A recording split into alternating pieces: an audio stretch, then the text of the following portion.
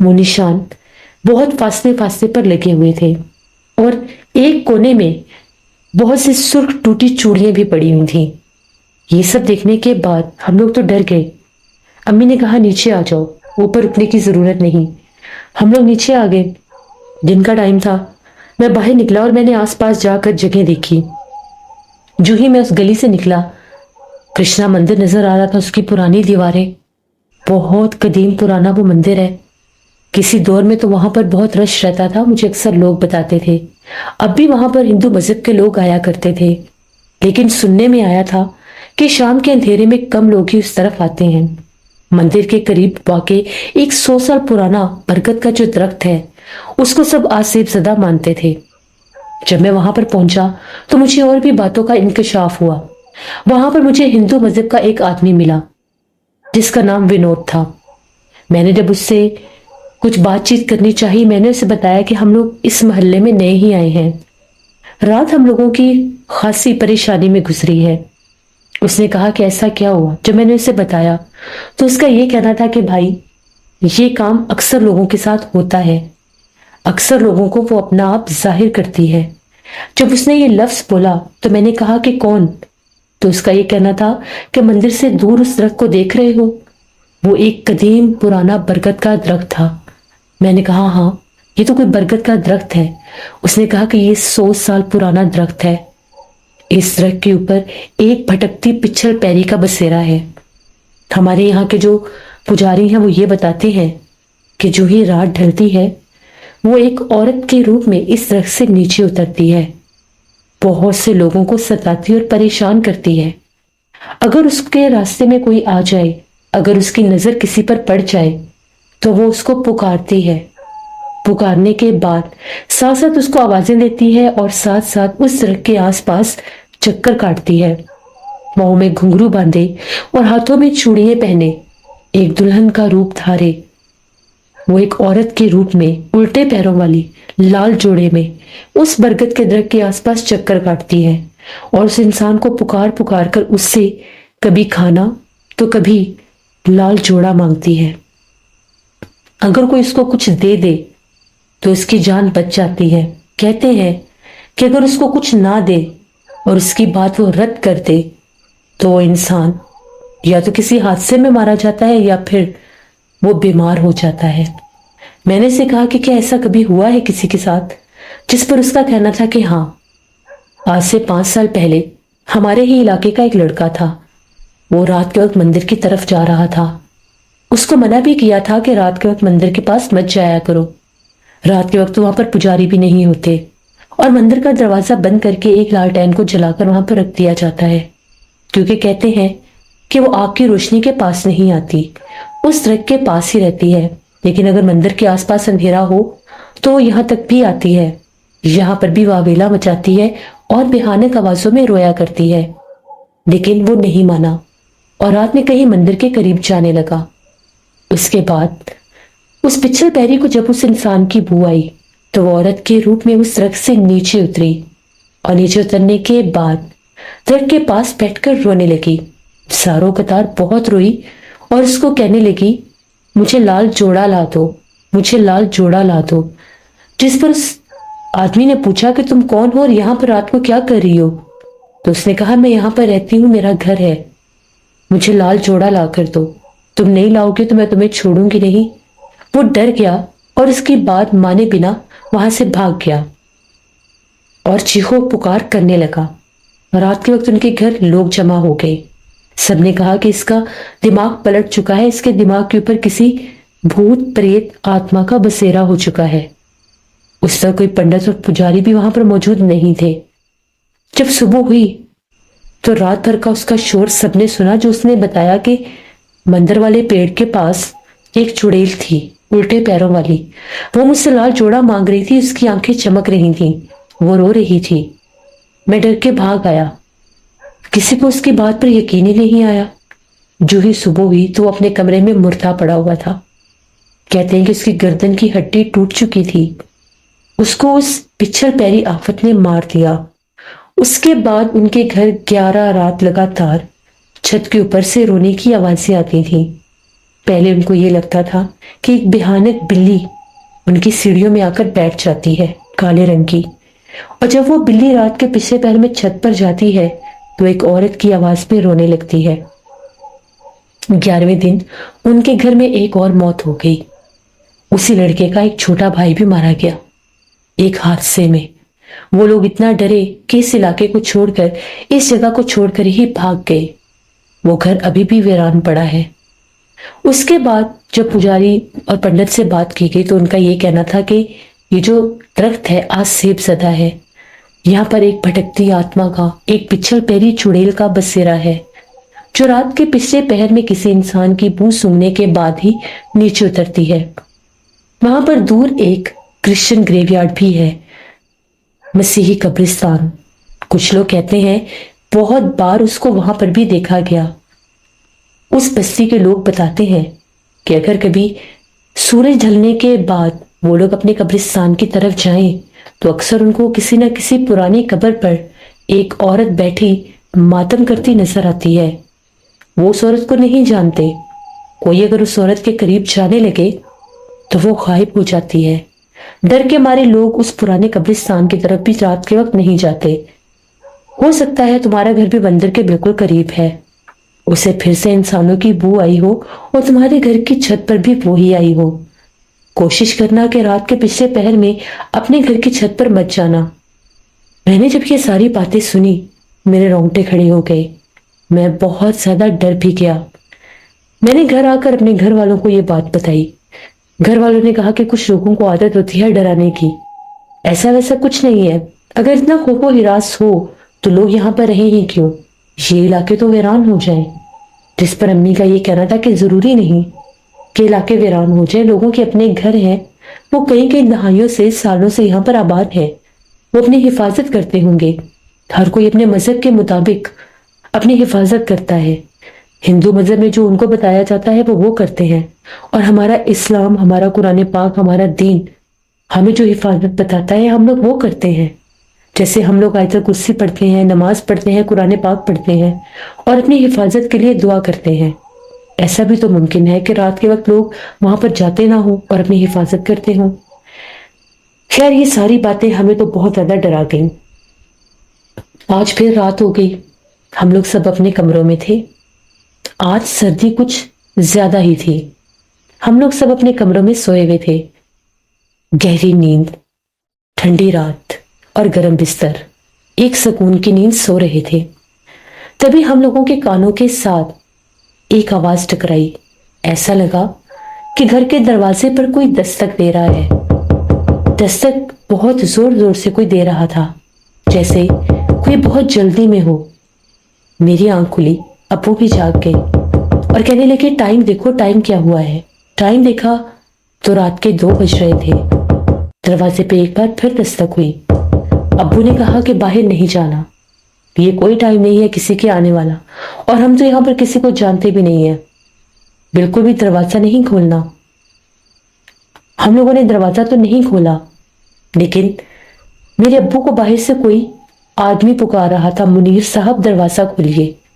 میرے والد صاحب کا نام منیر ہے۔ ابو نے جب اپنا نام سنا، ابو اٹھ کر بیٹھ گئے اور کہنے لگے میرا نام کوئی پکار رہا ہے۔ ابو اور میں کمرے سے نکل کر صحن میں آئے۔ دھند چھائی ہوئی تھی، ٹھنڈی رات تھی، ٹھنڈی ہوائیں بھی چل رہی تھیں۔ ہم لوگ ابھی صحن میں پہنچے تو ہمیں لگا کہ چھت کی پرانی دیوار کے اوپر سے کوئی عورت جھانک کر نیچے دیکھ رہی ہے۔ ایک دم ہماری نظر جب اوپر پڑی تو ایک سر پیچھے ہوا۔ ابو نے کہا کون ہے اوپر؟ ابو تیزی سے صحن سے ایک ڈنڈا اٹھا کر اوپر بھاگے۔ پورا چھت خالی تھا۔ میں بھی ان کے پیچھے بھاگا۔ ہم لوگوں نے گلی میں جھانک کر دیکھا تو گلی میں کوئی بھی نہیں تھا۔ اسی وقت ہم لوگ نیچے آ گئے۔ ابو کی طبیعت تھوڑی خراب ہو گئی، وہ ڈر گئے۔ ایک ٹھنڈ بھی بہت تھی اور یہ منظر، ہم دونوں نے وہ سر دیکھا تھا اور چہرہ بھی تھا، جیسے کوئی کالا سیاہ سا چہرہ، اور اس کے اوپر کچھ چمکتا ہوا بھی تھا۔ شاید آنکھیں تھی، شاید وہی مخلوق تھی۔ ہمیں کیوں تنگ کر رہی تھی، کیوں پریشان کر رہی تھی، ہمیں نہیں پتا۔ ہم لوگ کمرے میں آئے۔ فجر کے ٹائم جب سب گھر والے جاگے نماز کے لیے، ابو کو شدید بخار تھا۔ میں نے امی کو رات والا قصہ بتایا تو امی